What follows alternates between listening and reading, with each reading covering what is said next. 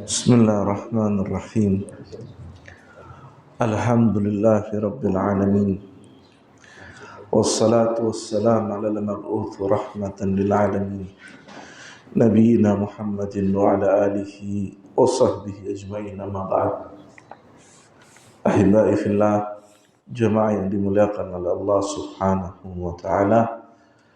Kita lanjutkan kajian kita dari kitab Mukhtasar Walillahi Asma'ul Husna Fad'uhu Biha, dan kita masih kepada poin atau hal-hal penting mengapa seorang wajib mengetahui nama-nama dan sifat Allah Subhanahu wa ta'ala. Kita baca pada poin yang terakhir, kita berhenti kemarin, yaitu yang ke-10. Al-ilmu bi asma'illahi wa sifatihi yazra'u fil qalbi al-adabu ma'allahi ta'ala wal haya'u minhu. Berilmu, mengetahui nama-nama dan sifat Allah Subhanahu wa ta'ala akan menumbuhkan di hati seorang muslim bagaimana dia beradab kepada Allah dan bagaimana dia punya rasa malu kepada Allah Subhanahu wa ta'ala. Ya, seorang yang mengetahui nama dan sifat Allah, maka dia akan menumbuhkan di hatinya bagaimana dia beradab kepada Allah dan bagaimana dia punya rasa malu kepada Allah Subhanahu wa ta'ala. Sebaliknya, kalau seorang dia tidak mengetahui nama dan sifat Allah, yang muncul apa? Yang muncul adalah seorang dia tidak punya adab kepada Allah dan seorang tidak punya rasa malu kepada Allah Subhanahu wa ta'ala. Maka disinilah pentingnya seorang itu mengetahui nama-nama dan sifat Allah Subhanahu wa ta'ala. Maka seorang muslim itu mutlak wajib dia mengetahui zat yang dia sembah, yang dia ibadahi, yang dia sujud setiap hari, yang dia sebut di dalam doanya, yang dia pinta di dalam setiap hajatnya. Demikian pula seorang muslim itu wajib mengetahui apa juga sifat-sifat Allah Subhanahu wa ta'ala yang dia beribadah dengannya, sehingga dia tidak akan melakukan sesuatu itu mengundang murkanya Allah Subhanahu. Kadang ada manusia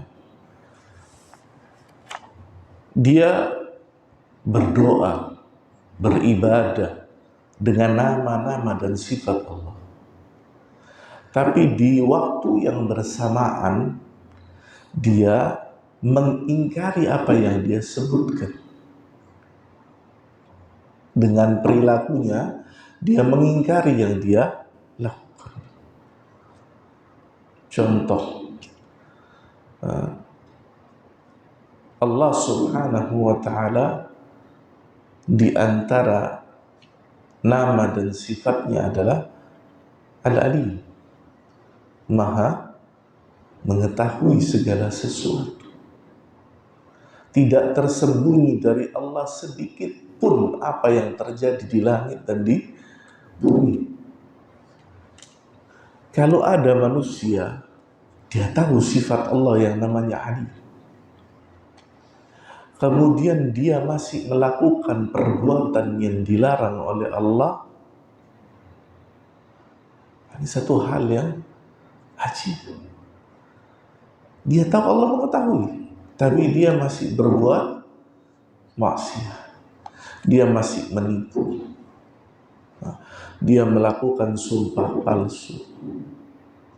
Dia melakukan berbagai hal untuk melariskan dagangannya, tapi di satu saat itu pula dia mendustai Allah Subhanahu wa ta'ala. Maka dalam kondisi ini, maka dia belum mengetahui, mengenal nama dan sifat Allah Subhanahu wa ta'ala. Maka mengetahui dan mengenal nama dan sifat Allah ini tidak cukup hanya di bibir saja. Ya. Maka nama dan sifat Allah yang kita kenal dengan Asmaul Husna itu bukan cukup hanya disebut saja. Disebut selesai. Nah, tapi bagaimana seorang itu mengetahui nama Allah itu apa maksudnya? Dengan nama tersebut apa sifat Allah Subhanahu wa ta'ala? Maka Al-Imam Ibnul Qayyim Al-Jauziyah rahimahullah mengatakan dalam salah satu kitab beliau, Madarijus Salikin, beliau mengatakan innal adaba ma'allahi tabaraka wa ta'ala huwal qiyamu bidinihi wa ta'dibu bi adabihi zahiran wa batinan wa la yastaqimu li ahadi qattun al-adabu ma'allahi illa bi thalathati asya' ma'rifatuhu bi asma'ihi wa sifatihi wa ma'rifatuhu bi dinihi wa syar'ihi wa ma yajibu wa ma yakrahu wa nafasa musta'idda qabila layyina mutahayyi'ah li qubulil haq ilman wa amalan wa halan. Beliau rahimahullah mengatakan bahwasanya seorang itu beradab dengan Allah Subhanahu wa ta'ala, yaitu seorang ketika melaksanakan agama Allah. Seorang dikatakan beradab kepada Allah ketika seorang itu melaksanakan agama Allah, menegakkan agama Allah. Dan juga bagaimana seorang itu beradab, beretika, berakhlakul karimah dengan adab kepada Allah zahiran wa batinan, secara nampak maupun secara tidak tampak. Maka jangan seorang itu ketika bersama manusia kelihatan khusyuknya. Ketika beribadah di tengah-tengah manusia kelihatan khusyuknya, Masya Allah. Kalau sholat sunnah itu sampai 15 menit. Begitu sholat di rumah berapa menit? Paket hemat. Sing penting sholat ono takbiri, ono salami, selesai. Kalau dinasehati sama temennya, lo antum kok kesusu sholatnya? Sing penting lah sholat. Inti kan tidak tahu sholat anak seperti apa. Ya bingung kalau dijawab kayak gini. Tidak tahu anak sholat antum kayak apa, tidak tahu. Yang tahu Allah. Cuma orang yang sholat cepet-cepet ini apa faedah? Nabi saja ketika hidup ada orang sholat cepet dipanggil sama Nabi, disuruh apa? Irji fa innaka lam tusalli, ulangi sholat antum. Jadi kita beradab kepada Allah itu zahiran wa batinan. Mau dilihat orang, tidak dilihat orang, tetap kayak gitu. Tidak ada bedanya. Mau dilihat orang, tidak dilihat orang, dia tidak berbuat maksiat. Karena dia tahu Allah tahu. Wala yastaqimu li ahadi qattun al-adabu ma'allah illa bitalath asya. Dan tidak mungkin seorang itu beradab kepada Allah dengan lempeng lurus kecuali 3 perkara. Kata Ibnul Qayyim Al-Jauziyah. Yang pertama, ma'rifatahu bi asma'ihi wa sifat. Seorang dikatakan beradab kepada Allah ketika dia mengenal nama dan sifat Allah Subhanahu.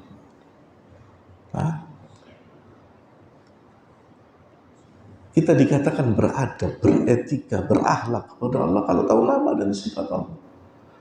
Ada orang bertahun-tahun sujud kepada Allah, tak tahu namanya, tak tahu sifatnya.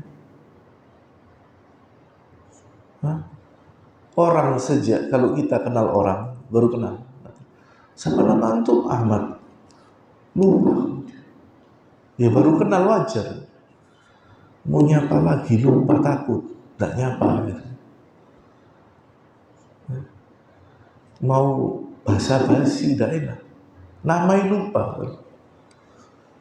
Namanya lupa, apalagi sifatnya.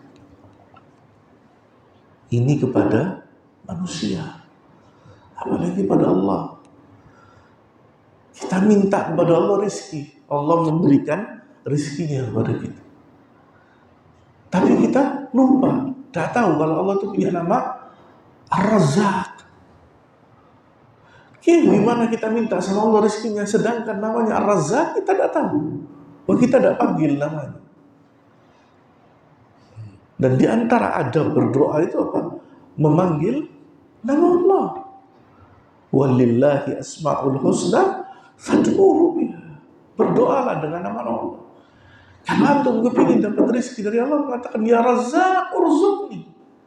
Wahai zat yang mengucurkan rezeki dari langit, berilah kami rezeki.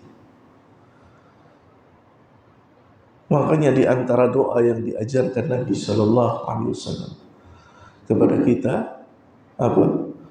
Allahumma kfini bihalalika an haramika waghnini bifadlika amman siwa.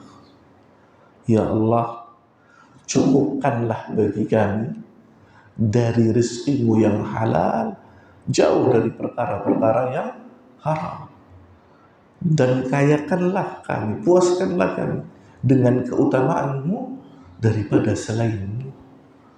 Doa ini menunjukkan bahwasanya seorang hamba ini tahu Allah tidak akan mungkin memberikan rezeki yang haram kalau seorang hamba minta kepada-Nya. Dan Allah tahu bahwasanya ketika seorang hamba meminta kepadanya, maka dia merasa cukup minta kepada Allah, tidak minta kepada selain Allah.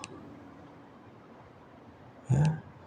Beradab kepada Allah bagian, yaitu yang pertama mengenal nama dan sifatnya.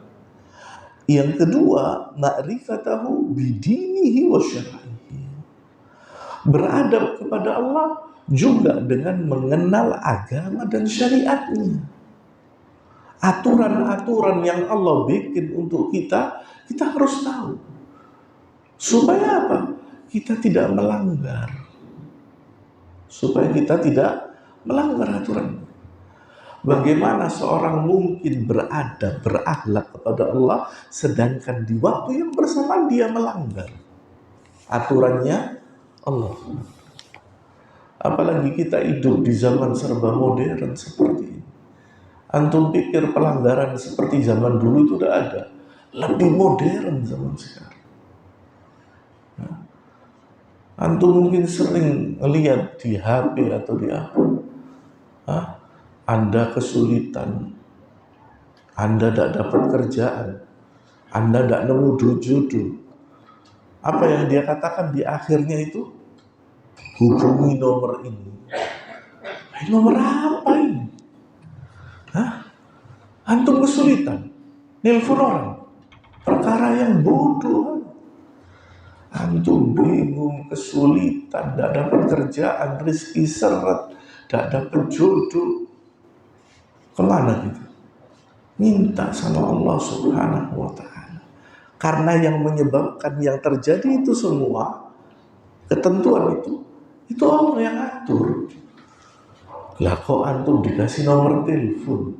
Memang malaikatnya Allah ini no HP gitu. Dulu nggak ada kan? Tidak ada dulu. Sekarang ada banyak. Ngajari orang apa? Ngajari orang tidak kembali kepada Allah.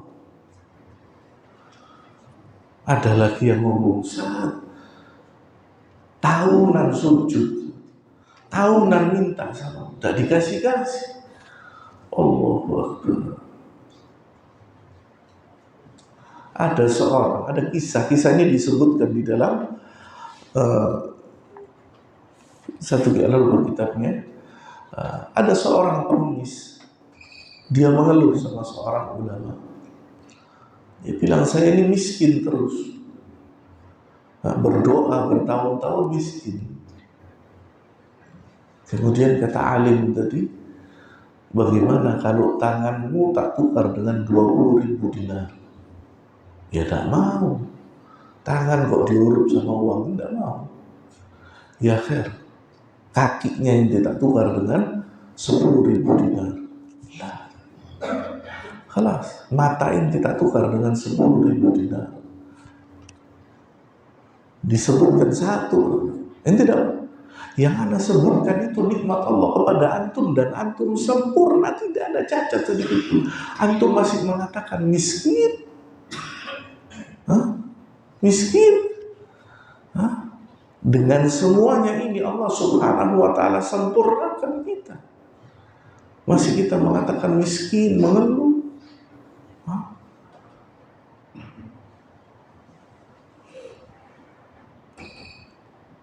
Dan kadang seorang itu disempurnakan rezekinya sama Allah, tapi dia tidak kerasa. Allah sempurnakan rezekinya, tapi dia nggak kerasa. Dia harian bisa makan, dia bekerja walaupun gajinya sedikit, tapi dia kerja rutin dapat gaji. Istrinya makan, anaknya sekolah, dia bisa sholat di masjid.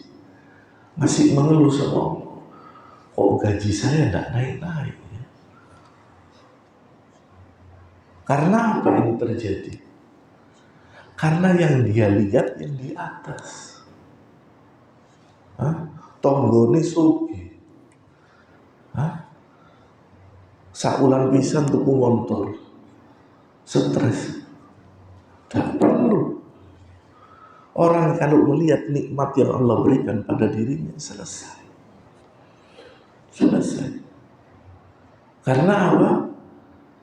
Karena kalau kita melihat Nabi Shallallahu Alaihi Wasallam tak pernah mengeluh kepada Allah Subhanahu Wa Taala. Kalau antum baca sirah sejarahnya Nabi Shallallahu Alaihi Wasallam, orang terhebat, panglima paling disegani di dunia ini, yang menjadikan barisan umat terbaik di atas muka bumi ini, pernah ngeluh sama Allah kalau hari ini tidak bisa makan, cuma makan kurma. Disebutkan di dalam riwayat dari Ummul Mukminin Aisyah radhiyallahu anha, bahwasanya setelah hijrahnya Nabi Shallallahu Alaihi Wasallam dari Mekah ke Madinah, tidak pernah Nabi itu makan enak 2 kali berturut-turut. Kalau pagi makannya roti yang empuk, malamnya bisa jadi dia makan roti yang kasar, keras, atau tidak makan. Dan bahkan disebutkan dalam beberapa riwayat hadis, Nabi Shallallahu Alaihi Wasallam itu dapurnya tidak keluar asapnya 2-3 bulan, 2-3 bulan, tidak masak. Kemudian orang makan apa Nabi? Kurma saja. Nabi makan kurma. Pernah Nabi di dalam doanya mengatakan, ya Allah, suara ya, tidak ada. Tidak pernah. Makanya kalau antum baca ceritanya sahabat, pernah sekali ada kisah yang ma'ruf, sahabat Abu Hurairah itu keluar dari rumahnya dalam keadaan lapar luar biasa, mau pingsan saking lapar. Kalau kita kan mau pingsan saking kenyangnya, bukan lapar. Dia berharap ketemu sahabat yang lainnya, mau tanya masalah agama, tapi tujuannya apa? Mungkin nanti dikasih makan. Ketemu Abu Bakar, ketemu Umar, sama kondisinya, cukup. Akhirnya tiga-tiga bersepakat pergi ke rumahnya Nabi Sallallahu Alaihi Wasallam. Siapa tahu ketika di rumahnya Nabi ada yang ngasih hadiah. Bisa ada yang ngasih hadiah Nabi Sallallahu apa? Dikasihkan untanya untuk diperes susunya, atau disediakan makanan, dikasihkan semua. Qadarullah masya'afa'ala, betul. 3 orang ini datang ke tempatnya Nabi, pas ada yang ngasih susu.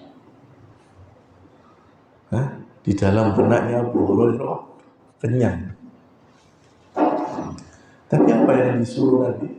Apakah langsung dikasih susu? Kata Nabi, Abu Hurairah, ente pergi ke masjid, keluar masjid, ente cari ahlu sufa, ente panggil. Ahlu sufa ini sahabatnya Nabi yang dia punya kerja tapi tidak punya tempat tinggal, makanya sedikit tidurnya di pinggir-pinggir masjidnya, Masjid Nabawi. Makanya kalau ada orang mengatakan tidak boleh orang tidur di masjid, saya agak kurang cocok. Karena ada sahabat Nabi yang tidur di pinggir. Cuma yang jadi masalah, kadang orang tidur di masjid tidak ngerti tidur di masjid. Muadzin sudah ada, ngiler terus, tidak bangun-bangun, ini bahaya. Kalau antum tidur di masjid, yang pertama apa? Jaga kebersihan masjid.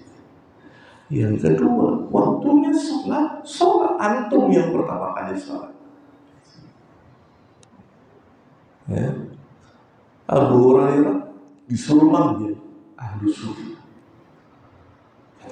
Di dalam hati yang juli anak.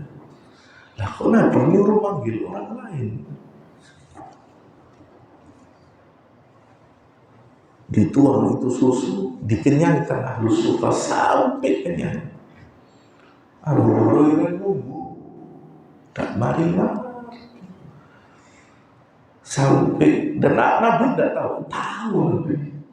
Dan Nabi ingin mengajarkan kepada sahabat, sesulit apapun antum, ada yang lebih sulit daripada itu. Begitu ahlu sufa selesai, diambil itu tempatnya, dituang sama Nabi, dikasihkan dia abair, isyrubu, minum.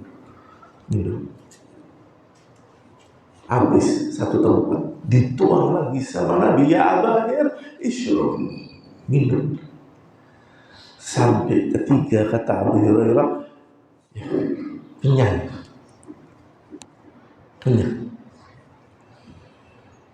Apa pelajaran dari peristiwa? Allah tidak akan mungkin menjadikan hambanya itu dalam keadaan sulit. La yukallifullah nafsan illa wus'aha. Tak mungkin Allah itu menyiksa hambanya itu, tidak. Dari mana kita tahu? Ya, dari nama dan sifat Allah. Kemudian kita tahu dari bagaimana agama dan syariat Allah.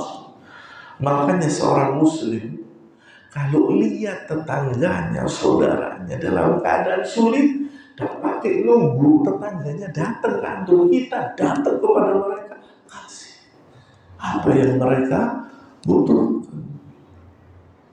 Itu yang diajarkan Nabi Sallallahu Alaihi Wasallam. Dan mengenal agama dan syariat Allah adalah bagaimana seorang itu menjaga syariat dan agama Allah, tidak melanggar, tidak berpaling, tidak berbelok daripada agama dan syariat Allah Subhanahu wa Ta'ala. Kalau itu sudah diperintah Allah, itu ketentuan Allah, sami'na wa ata'na. Jangan ditawar. Jangan agama Allah ditawar. Kalau menguntungkan, ikut paling ngarep. Tapi begitu bab sedekah, bab zakatul mal, tak mlebu. Kajian ustaz iki zakat mal tak melo.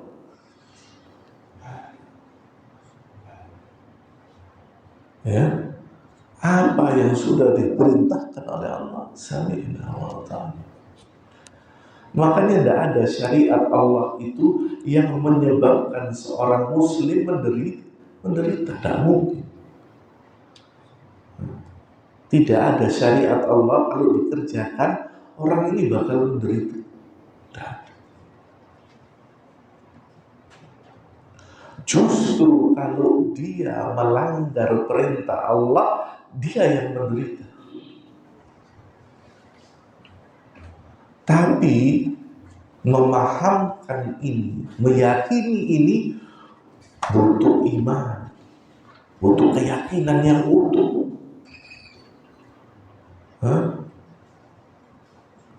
apalagi kalau melihat zaman seperti ini,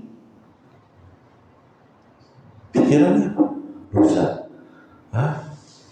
Saya tidak tahu sholat, saya tidak tahu zakat, motori 10, omai 4, jadi bos. Dari sini sholat tidak sugi-sugi. Terus antum mau ngikuti mereka.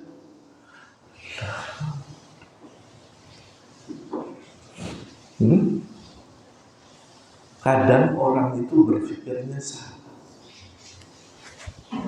Mereka melihat kekayaan, harta, kedudukan, jabatan itu tanda cintanya Allah Subhanahu. Berarti kalau semakin tinggi, berarti Allah semakin cinta. Antum tahu seorang manusia yang tidak pernah ketemu Nabi, tapi disebut Nabi, dan kemudian ketika sahabat tahu, dia malah lari.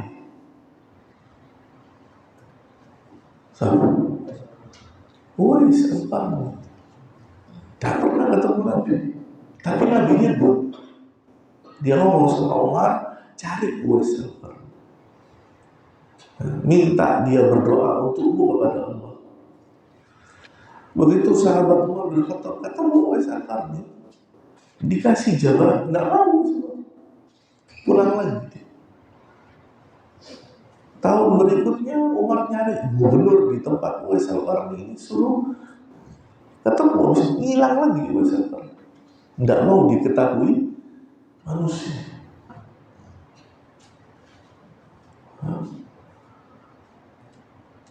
Umar bin Khattab waktu mimpin pasukan, panglimanya namanya Sa'ad bin Abi Waqqas, peperangan Qadisiyah melawan Persia. Pakaiannya seadanya. Bukan sekarang orang kalau kadang tidak riyoyoan, nang kemanten ini ganti kelambi, jahit no di penjahit no diwarai. Kalau jangan terima sini aku tok jahit kelambi ku tok. Kain ini dek kembali diopong, di baju, nek ada yang kembali diopong, tak gelem dikembali menungso. Buat apa? Itu bukan simbol antum dicintai Allah.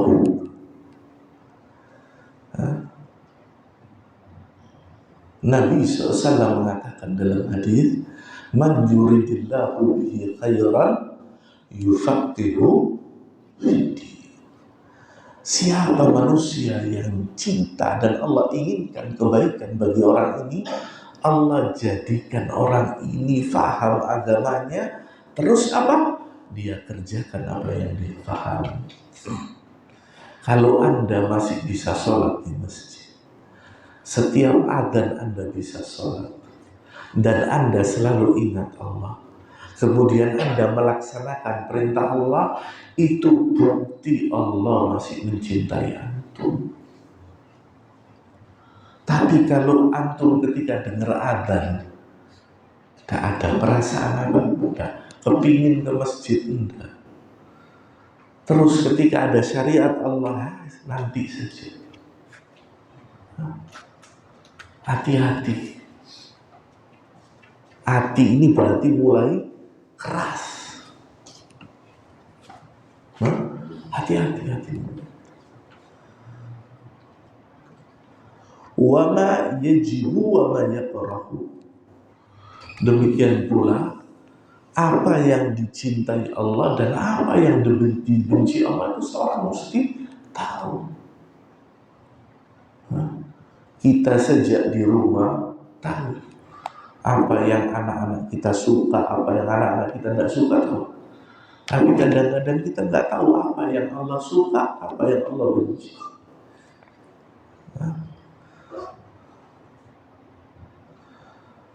Wa nafsun musta'addah qabilah layyinah mutahayyi'ah li qubulil haqq. ilman wa amalan wa halalan.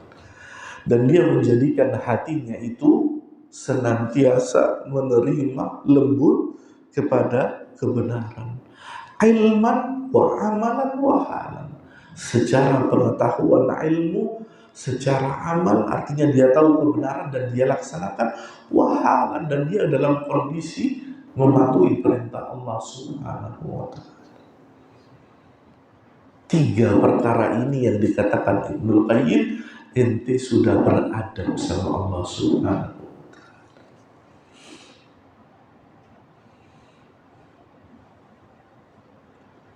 Al-Hadi Asyar, poin yang ke-11. Al-ma'rifatu billahi ta'ala wa asma'ihi wa sifatihi tubassirul abdu binaqasi nafsihi wa uyubiha wa afatiha fayajtahidu fi islahiha.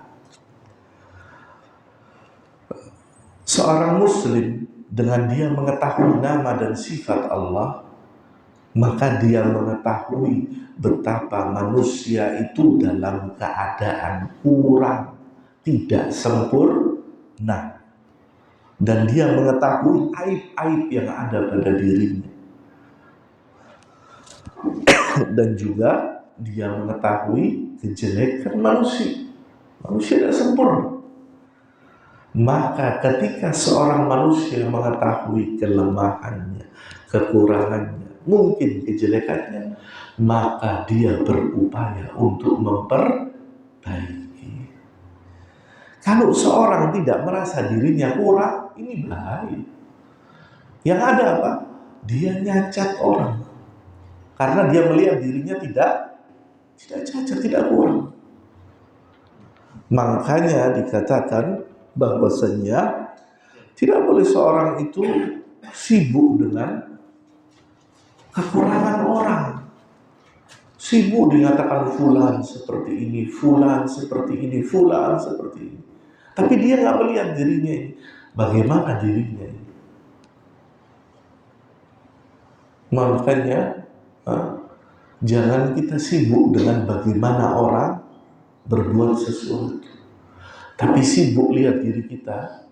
Jangan-jangan kekurangan kita ini jauh lebih banyak daripada orang yang kita perhatikan.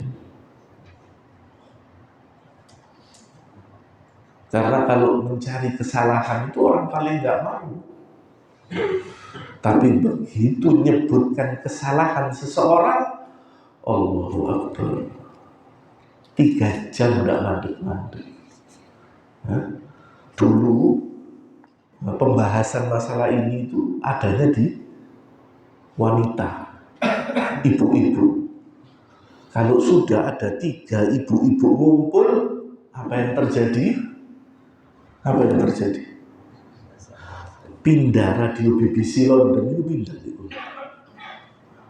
Kita dulu nggak ada TVC yang ruangan BBC London. 3 jam ruangan itu ngecepret, tak mari-mari. Tapi sekarang udah bukan ibu-ibu, hatta laki-laki kalau sudah ada 2-3 orang, Allahu Akbar, radio Australia pindah. Enggak mari-mari. Yang diomongkan siapa? Orang lain, bukan dirinya. Kalau dia ngomongin dirinya selesai, ini ngomongin orang lain. Lu iso tuh motor, lu iso apa? Lu untuk ribut, lu iso apa? Buat apa ya? Anda ribut, dia beli ini, beli itu, dari uang. Antum tidak akan ditanya sama Allah, fulan ini beli mobil uangnya siapa? Tak ditanya. Allah tanya kepada kita, antum dapat rezeki dari mana? Terus dibelanjakan kemana itu? Ya Allah tanya. Yaqulu al-Imam Ibnul Qayyim rahimahullah. Imam Ibnul Qayyim mengatakan masalah ini. Arkanul kufri arba'atun. Perbuatan kufur itu 4 pokok. Nah, ini ilmu, sekedar ilmu. Kalau dikatakan kalimat arkanul kufur, perbuatan kufur, ini bukan lantas kemudian yang melakukan perbuatan kufur ini pasti kafir, bukan. Perbuatan kufurnya, pas orang melakukan perbuatan ini karena apa? Dia menyalahi perintah Allah. Ada 4 perkara. Yang pertama apa? Al-kibru. Al-kibru, sombong. Ya. Lihat, kenapa kok iblis itu dikeluarkan oleh Allah dari surga? Karena apa? Al-kibru. Dia mengatakan, aku tidak mau sujud sama Adam. Aku diciptakan dari api, Adam diciptakan dari tanah, saya tidak mau sujud. Yang kedua, al-hasad.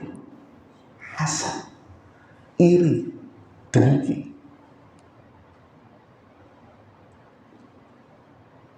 Yang ketiga, wal ghadab,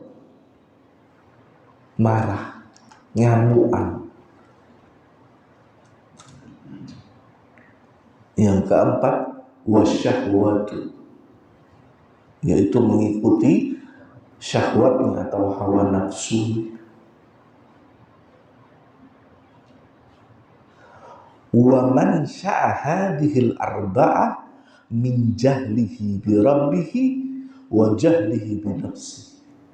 4 perkara ini muncul, kata Ibnul Qayyim al-Jauziyah rahimahullah, karena seorang tidak mengenal Tuhannya dan dia tidak mengetahui siapa dirinya. Muncul 4 perkara. Fa innahu law arafa rabbahu bi sifatil kamal wa nu'utul jalal arafa nafsahu bin naqaisi wal afat lam yatakabbar wa lam yaghdab laha wa lam yahsud ahadan ala ma atahu Allah. Kalau seorang itu mengetahui sifat sempurnanya Allah, seorang mengetahui bagaimana keagungan Allah Subhanahu wa ta'ala, maka dia akan mengetahui celah dan cacat serta kurangnya dirinya.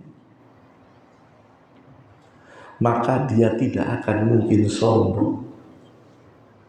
Orang tahu sempurna Allah, tidak mungkin sombong. Makanya katanya Abu Bakar As-Siddiq radhiyallahu anhu, dia mengatakan apa yang perlu disombongkan manusia?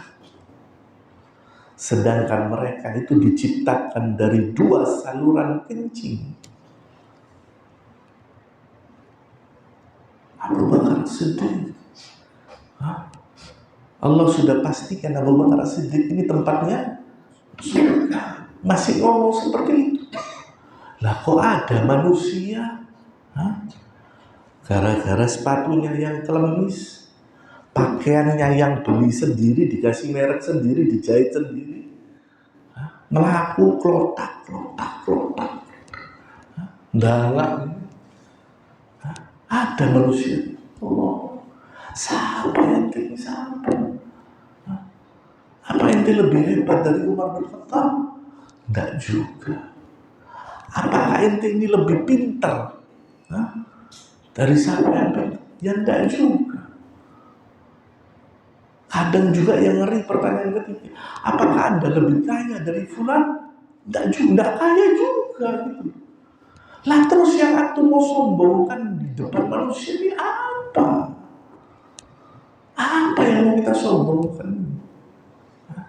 Kalaupun kita ini pejabat, kalaupun kita ini kaya, kalaupun kita ini apalagi, sebutkan semua, itu pun tidak pantas kita sombong di hadapan manusia.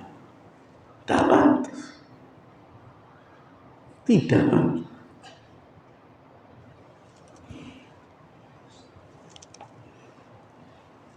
Demikian pula layak, tak perlu sampai orang ini marah.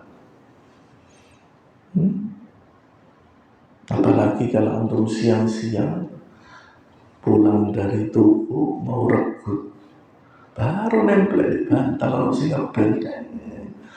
Allah, gak mentolong ngaplok. Begitu si ngebel antum buka sapa? Wan sodako wan Allah. Ya kan? Orang dulu pengemis itu buka uji tak berani, ngetok tak berani, saiki bojone diguyur kotak-kotak di band. Mari ngono metu udah jengkel yang punya rumah ngasih fulus. Ngomong apa? Lo biasanya enggak sama ini gitu. Antum marah, sabar. Orang miskin itu ujiannya orang kaya. Orang kaya ujiannya orang miskin. Wajar. Sabar. Jangan marah. Anggap ini ujiannya Allah. Itu baru diketok sama pelakunya. Walam yahsud ahadan. Dan kita juga tidak iri dan dengki kepada seorang. Ala ma'atahullah, terhadap apa yang Allah berikan kepada orang tadi. Tunggu tuku motor semaput, tuku kulkas geblak, tidak perlu. Justru kalau saudara kita itu dapat anugerah rezeki, kita justru apa? Senang, alhamdulillah.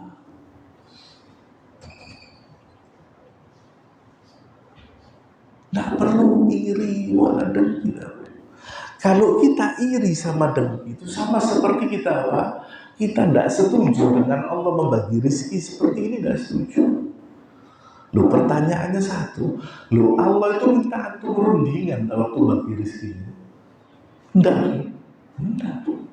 Allah punya hak kan bagi rezekinya?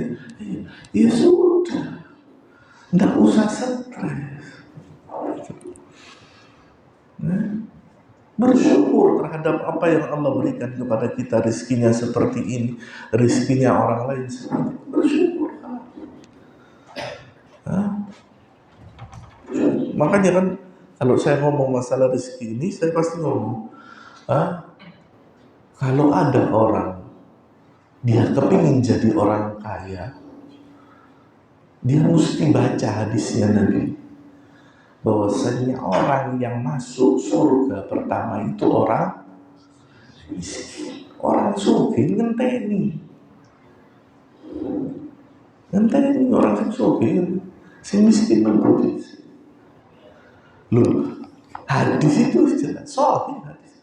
Saya ditanya, antum kepingin miskin? Enggak, sugih.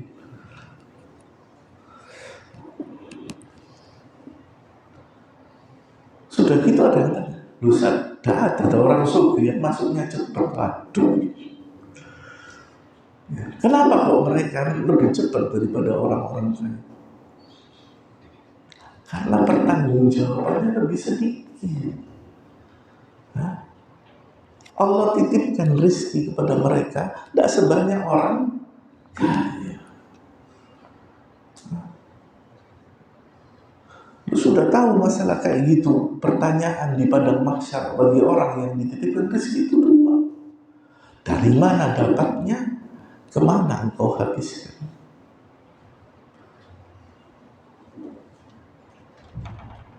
Maka orang yang Allah titipkan harta, kekayaan, dan lain sebagainya, maka hendaknya mereka lebih berhati-hati. Dan jangan kemudian orang yang kemudian Allah sudah tentukan rezekinya seperti ini, kemudian dia masih berburuk sangka, berarti Allah tidak cinta sama saya.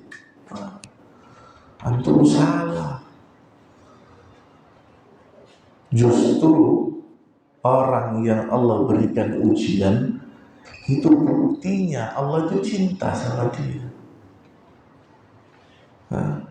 Sampai disebutkan dalam sebuah hadis, idza ahabballahu al-qauma ibtalahu. Kalau Allah itu cinta pada satu kaum, satu manusia, apakah Allah menggelontorkan rezekinya? Nah, Allah uji dia dengan berbagai macam ujian. Syuf, Nabi Ibrahim alaihissalam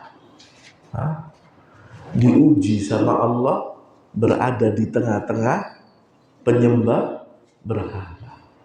Sampai orang tuanya juga menyembah berhala. Selesai, dihancurkan berhala semua. Apa selesai ujiannya Allah? Nah, dia mau dibakar sama Allah, sama kaum. Dan Allah selamatkan dia, berhijrah, menikah, selesai. Tidak, masuk ke negeri, istrinya sampai akan digauli sama raja, dilindungi sama Allah Subhanahu wa ta'ala. Selesai, belum nikah bertahun-tahun tidak punya anak. Begitu menikah lagi punya anak, selesai ujiannya, belum. Disuruh istrinya naruh di padang pasir yang gersang, tidak ada tumbuhan. Coba antum gawa bojo ditinggal di balang kelompok. Hajar itu sampai teriak sama Ibrahim, ya Ibrahim, apakah engkau meninggalkan saya di tempat seperti ini? Tidak noleh, bukan tidak noleh ini mentolong atau tega, dan saking tidak teganya tidak mau noleh. Karena apa? Kalau dia lihat lagi istrinya dan anaknya tidak bisa. Jalan terus sampai pada kalimat Hajar mengatakan, ya Ibrahim, apakah ini perintahnya Allah? Baru Ibrahim mengatakan, iya, ini perintahnya. Setelah itu diam Hajar. Karena Hajar yakin Allah tidak akan meninggalkan hambanya dalam keadaan terpuruk. Maka Allah berikan bagi Hajar dan Ismail apa? Air Zam-Zam yang sampai detik ini kita minum. Allah jadikan tempat di situ tempat bagaimana hati kaum muslimin tertawa di tempat itu. Selesai ujian Ibrahim, belum. Begitu anaknya sudah remaja, senang-senangnya seorang ayah melihat anaknya diuji, disuruh menyembelih. Begitu bertubi-tubi Allah menguji Ibrahim alaihissalam. Apakah Allah benci sama Ibrahim? Ya, Allah ingin menguji Ibrahim. Dia lebih cinta istrinya, anaknya, lingkungan, atau dia lebih mencintai Allah Azza wa Jalla? Maka dijadikan peristiwa di tengah-tengah Ma'syaril Haram itu perlambang ibadah umrah dan haji untuk mengenang bagaimana seorang hamba itu diuji kecintaannya kepada Allah Subhanahu. Maka ketika orang umroh haji, apa yang dia pelajari? Inti lebih cinta dunia inti, apa inti cinta sama Allah? Karena Allah itu akan menguji hambanya. Semakin tinggi tambah diuji, luar biasa. Ayub alaihissalam, Nabi Ayub sakit bertahun-tahun sampai semuanya hilang, hartanya hilang, keluarganya hilang, kekayaannya hilang, semuanya lari. Tidak ada yang datang sama dia. Sama seperti kita, begitu sugih, Kullu mengatakan anak dulurmu, dulur kabeh. Begitu soro entek kabeh wong sing dulur ndak gelem dadi dulur. Ini kenyataan. Karena dulur ini gara-gara lulus, itu gara-gara iman. Begitu undang mangan utak. Begitu kesulitan, bingungnya. Tonggoe ngaduh. Nek iso omahe digowo. Ini jadi karena seorang mencintai saudaranya bukan karena iman, bukan karena Allah, karena uang. Maka sulit antum mencari bagaimana orang-orang yang mereka itu bersaudara karena Allah Subhanahu wa ta'ala. Bukan karena urusan dunia. Karena dunia ini bakal hilang habis. Satu saat akan tinggal. Antum sak banyak-banyaknya duit, antum mau duit sak karung, antum keloni tidur, satu saat Allah cabut, habis. Makanya lucu kalau antum melihat ada orang dikubur dengan hartanya, apa bermanfaat? Tidak ada manfaatnya. Lah kalau ada manfaatnya pasti orang bikin kuburan, ono live, ono HP, WhatsApp, TikTok dikeno kabeh. Tidak ada faedahnya. Orang alamnya beda. Makanya antum kalau ke kuburan cuma dua, ucapkan salam, berdoa, ingat satu saat kita bakal di posisi itu.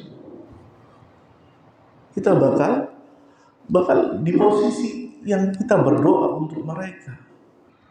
Ada habisnya kehidupan dunia ini. Ada habisnya. Selesai bakal. Ya. Oleh karena itu 4 sifat kekufuran tadi hati-hati. Sombong, hasad, iri dengki, marah, dan terlalu mengikuti hawa nafsu. Karena kalau orang sudah tidak ada batasannya, bahaya. Nafsunya diumbar. Dan yang lebih bahaya lagi, ketika Allah membiarkan dia berbuat. Melanggar Allah, jalan. Nabrak batasannya Allah, jalan. Terus bunyi dia, ini tidak apa-apa.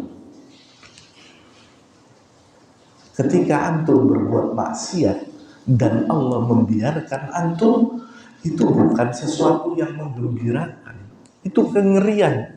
Karena apa? Allah sudah tidak mau peduli sama hamba tadi. Serem kalau sudah pada batasan itu, bahaya. Ada orang ketika berbuat ketaatan, seret, rezekinya seret. Begitu dia berbuat maksiat, sholat lagi, adzan ditinggal, sorotan ini sorotan duitnya itu terus pilihannya apa? Mau terus berbuat maksiat apa berhenti? Hati-hati, karena hal ini tuh datang kepada kita. Kalau antum terus kan bahaya. Antum sudah lepas kendali, memperturutkan hawa nafsu syahwat, lepas kontrol. Ini yang ngeri, yang kadang kita nggak sadar. Ketika sholatnya agak telat, ketika ada pas ada langganan terkulit, sing biasa belonjo itu nek belonjo sakulan itu bingung dilayani, tapi adzan ini sudah antum suruh pulang, tidak mungkin.